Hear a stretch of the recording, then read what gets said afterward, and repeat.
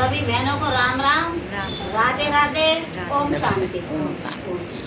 तो बहनों देखो, मैं एक अपना ऐसा अनुभव सुनाऊं कि वो सब माताओं के लिए बहुत अच्छा और फलदायक होगा। अब देखो, ये शिव जी हैं, तो इस पे हम जो जल चढ़ाते हैं सभी माता बहनें, सभी देखो शिव जी को तो सभी मानते हैं ना।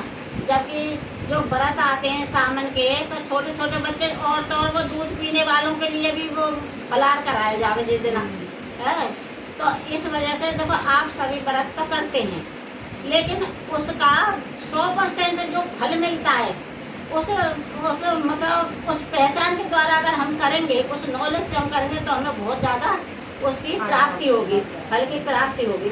तो देखो, अब आप सभी करते हैं ना, तो उसी का मतलब है कि ये पहले हम क्या करते हैं कि शिव जी पे हम जल चढ़ाते हैं, और शिव के चारों तरफ क्या है, शालिग्राम भी रखे हैं, जल चढ़ाते हैं ना।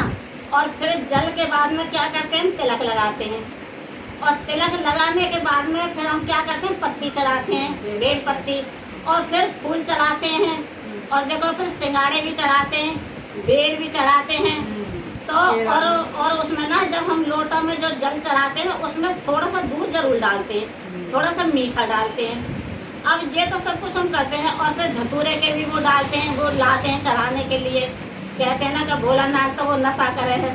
तो अब तुम सब चढ़ा तो देते हो ये सामग्री, लेकिन इसके बारे में कुछ पता है? हम जो भी सामग्री इकट्ठी करते हैं और भोले बाबा के आगे हम ले जाते हैं, तो कम से कम हमें उनकी विधि का तो मालूम होना चाहिए। तब देखो, तो विधि का बताओ। हाँ, तो विधि देखो ये है कि हमें कैसे नॉलेज मिली, जब स्वयं परमात्मा इस धरा पर पधारे और उन्होंने कहा मेरे बच्चे बड़े भोले हैं, सारी सामग्री इकट्ठी करके मेरे ऊपर चढ़ा रहे हैं, लेकिन मेरे बच्चों को प्राप्ति 100 गुना पूरी उनकी मनोकामना कैसे पूर्ण हो। तो देखो, बाबा ने बच्चों पर बड़ा रहम आया, तो उन्होंने भी, जैसे हम शरीर के अंदर हम आत्मा हैं, और आत्मा बिना शरीर तो किसी काम का नहीं है, तो ऐसे ही शिव बाबा जो है इस धरा पर आए हैं। अब धरा पर आ गए और मनुष्य तन में आकर के अब उन्होंने हमको बताया। अब देखो, हम चढ़ाते रहे, पर उसका मालूम कैसे पड़े। बाबा बोले बिना शरीर के मैंने बच्चा ने समझाऊँ तो समझाऊँ कैसे। हमने चढ़ाते काफ़ी समय हो गया, और व्रत भी करते हैं, भूखे भी मरते हैं। तो अब माँ बाप जो अपने बच्चों को ऐसा दुखी देखेंगे तो वो रह नहीं सकते। तो भोलानाथ बाबा, हमारा शिव बाबा भी इतना मीठा, इतना प्यारा है। कहते हैं ना कि वो तो शांति का सागर है, सुख का सागर है, प्रेम का सागर है, आनंद का सागर है, और दुख हरता सुख करता है। तो देखो, बाबा को कितना रहम आया, ऐसा कोई दुनिया में रहम इतना कर नहीं सके।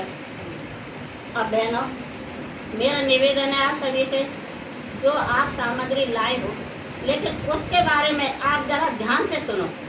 उसका देखो तुम्हें कितना ही वो प्राप्ति होगी और अनुभूति होगी। देखो, सबसे पहले हमने जल चढ़ाया, तो बाबा ने हमको शरीर में तन में आकर के बच्चों के उसको दुख दर्द को सहा नहीं गया, तब उन्होंने कहा कि बच्चे तुमने बहुत लोटी चढ़ा ली, दूध भी डाला, मीठा भी डाला। अब एक बात का मैं तुम्हें रहस्य बताऊं। तो देखो, हम बोले कि बाबा हम बच्चे हैं, हम तो आपके। तो बाबा तन में आकर के खुद मुखार बिंदे से ये शब्द बोले उन्होंने। तो बोले देखो, 1 लोटा जल का होता है, और उसमें तुम थोड़ा सा दूध डालते हो, और दूध क्या है, पवित्रता का प्रतीक है। तो तुम्हारे अंदर इतनी सी ही अच्छाई रह गई जितना तुमने उसमें थोड़ा सा दूध डाला, और मिठास भी थोड़ा सा ही रह गया। कल लोटा को तुम शरबत बना के थोड़ी ले जाओ, तो इतना ही तुम्हारे अंदर मिठास रहेगा।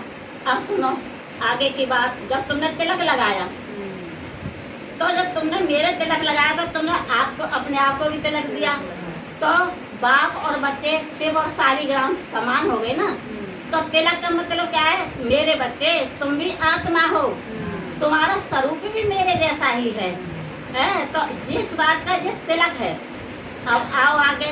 और फिर सबने ये बोल दिया, आत्मा सो परमात्मा, परमात्मा सो आत्मा। तो अब देखो, बाबा ने तो बताया बच्चे तुम मेरे बच्चे हो, तुम भी आत्मा हो। अब आ जाओ, उस पर बेल पत्तर की जो पत्ती हम चढ़ाते हैं, वो एक डंडी होती है, उसमें 3 पत्ते जॉइंट होते हैं, तो हम 7 लेते हैं। और पत्ती कितनी हो गई? 7 या 21, पत्ती 21 हो गई, लेकिन हम 7 लेते हैं ना।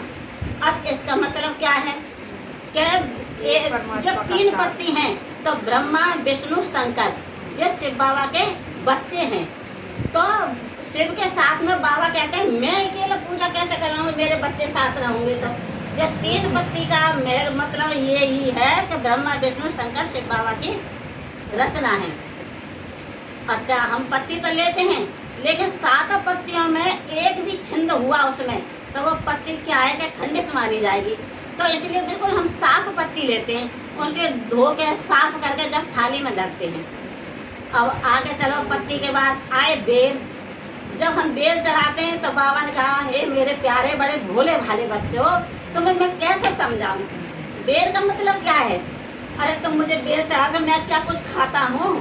तुम अपने मन के जो बेर हैं तुम उनको चढ़ा दो बच्चे। मैं तो तुमसे बड़ा खुश हूँ, मैं तो तुम्हारे लिए भी तरस रहा हूँ, जैसे तुम मेरे लिए तरस रहे हो मैं भी तुम्हारे लिए तरस रहा हूँ।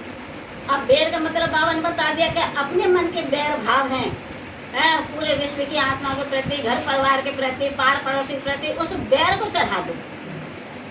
अब देखो उसके बाद में क्या है, सिंगाड़े आते हैं। सिंगाड़े होते हैं 3 कोने वाले हैं। तो बाबा ने हमको क्या कहा कि मैंने बाबा बोले कि बच्चों मैंने तुम्हें 3 लोगों का राज्य दिया था, साकारी, आकारी, निराकारी। अब साकारी क्या है कि सतयुग दुनिया, आकारी क्या है जो फरिश्ते बन के जो कहते हैं ना परियां उड़ रही हैं, ऐसा बाबा ने हमें बनाया। और निराकारी हम बाबा के साथ परम धाम में बैठे थे। 3 लोगों को बाबा ने हमको राज्य दिया। बच्चे तुम भूल गए, बाबा देखो हमसे